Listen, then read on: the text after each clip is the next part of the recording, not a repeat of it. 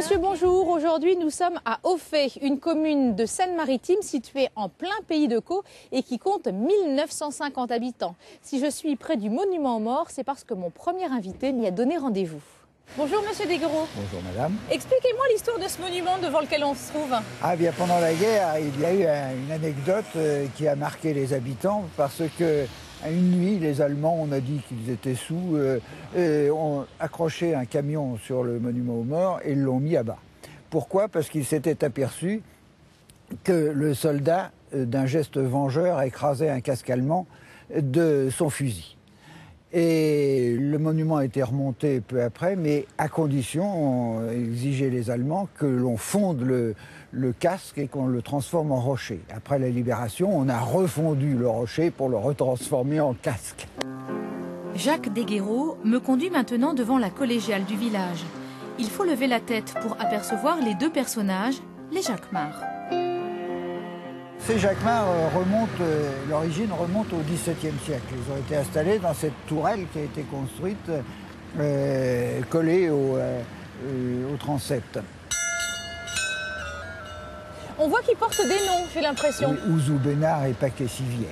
Alors, qui sont ces gens? Alors, on n'en sait rien. Ah. On n'en sait rien. On a pensé, on dit que ce peut être des sonneurs professionnels, tout simplement. Une autre hypothèse, ça a été que c'était peut-être des huguenots qui auraient commis quelques exactions dans l'église et qui auraient été condamnés à sonner les heures. Ou bien alors, ce seraient des soldats qu'on aurait envoyés dans les troupes du roi. Chacun peut choisir l'histoire qu'il préfère là-dedans. Exactement. Nous sommes dans la collégiale d'Auffay. C'est un bâtiment qui a été construit il y a près de 1000 ans, 950 ans, à l'instigation du seigneur d'Auffay, qui était le petit-neveu de Guillaume le Conquérant, devenu roi d'Angleterre. Autre curiosité à Auffay, mais pour la découvrir, il faut s'éloigner un peu du bourg. C'est le château de Beaumelet. Quand Laurence et son mari ont hérité de ce château, ce dernier se remettait péniblement des bombardements de la Seconde Guerre mondiale. Depuis, l'édifice a été rénové. Des travaux très lourds qui demandent encore aujourd'hui un important investissement. Malgré certaines aides publiques, Laurence de Beaumelet doit trouver d'autres modes de financement. Ce type d'endroit demande à la fois un investissement financier extrêmement lourd de la part des propriétaires. Les subventions que nous pouvons avoir des pouvoirs publics ne suffisent pas. Et les droits d'entrée que nous demandons pour des visites ne suffisent pas non plus, mais nous aident. L'entretien d'un château, qui plus est classé monument historique, c'est un travail de tous les jours. Et de nombreux aménagements sont encore à prévoir.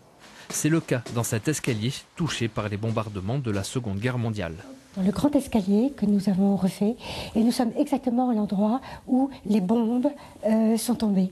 Et vous voyez, le grand escalier, nous l'avons reconstruit, et vous montez jusqu'à la charpente du château, où il nous reste à mettre un plancher, et à la fois, bon, c'est bien, on voit cette magnifique charpente, et en même temps, on voit le reste des travaux qui restent à faire. En plus des bâtiments, il faut aussi s'occuper des 40 hectares de parcs et jardins soumis aux caprices de la nature. Je retrouve à présent mon guide. Virginie Mullard va m'emmener à la gare d'Auffay pour me montrer un petit bâtiment le long des voies. Ce lieu est historique parce que c'est ici que Michel Aulard, donc un résistant de la guerre 1943, qui a découvert dans ce lieu des traces et notamment la construction de V1. Et après cette découverte, il a contacté donc l'ambassade de Grande-Bretagne pour prévenir les Britanniques de cette construction pour éviter que Londres soit détruit. Et donc toutes ces rampes ont été ensuite détruites l'été 1944. Alors où sommes-nous ici, Virginie? Donc à l'espace Montréal del Campo, une ancienne friche industrielle qui a fonctionné avec une cidrerie dont on aperçoit encore les locaux. Jusqu'en 1993.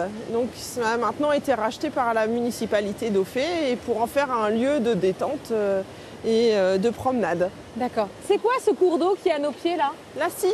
qui est la rivière, donc qui prend sa source un petit peu en amont d'Auffay, entre Saint-Victor-l'Abbaye et Saint-Maclou-de-Folleville, et qui se jette à Pourville.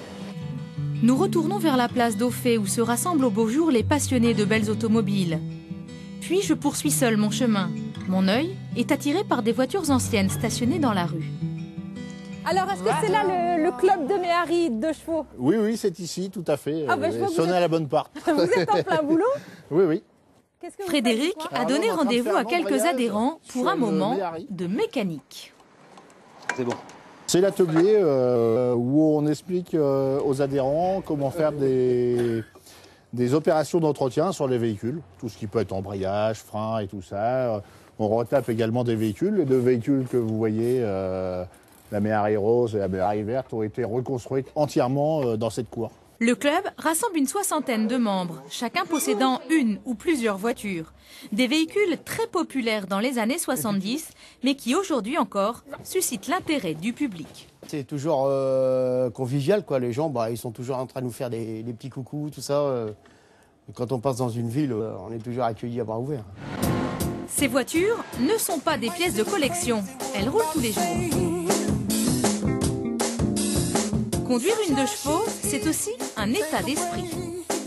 C'est la convivialité, le rassemblement, l'entraide entre personnes, entre voitures, et puis penser des bons moments, c'est ça l'esprit de schiste.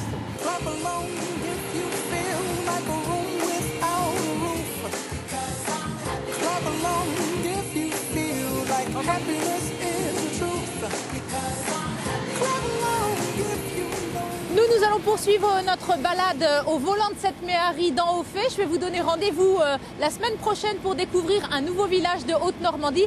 Nous serons à Pose dans l'Eure. Bonne soirée sur France 3.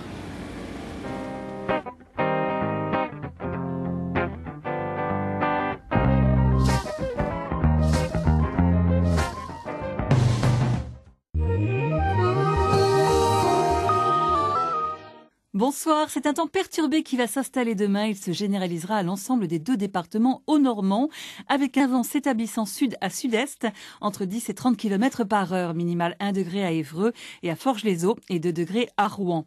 Demain après-midi, le ciel restera gris et bas et les pluies faibles seront continues et elles tomberont jusqu'au soir. Le vent se renforcera avec des rafales et il fera au mieux 8 degrés à Évreux et à Rouen, un peu plus en bord de mer. Demain 24 janvier, bonne fête aux François. Excellente soirée à toutes et à tous avec France 3.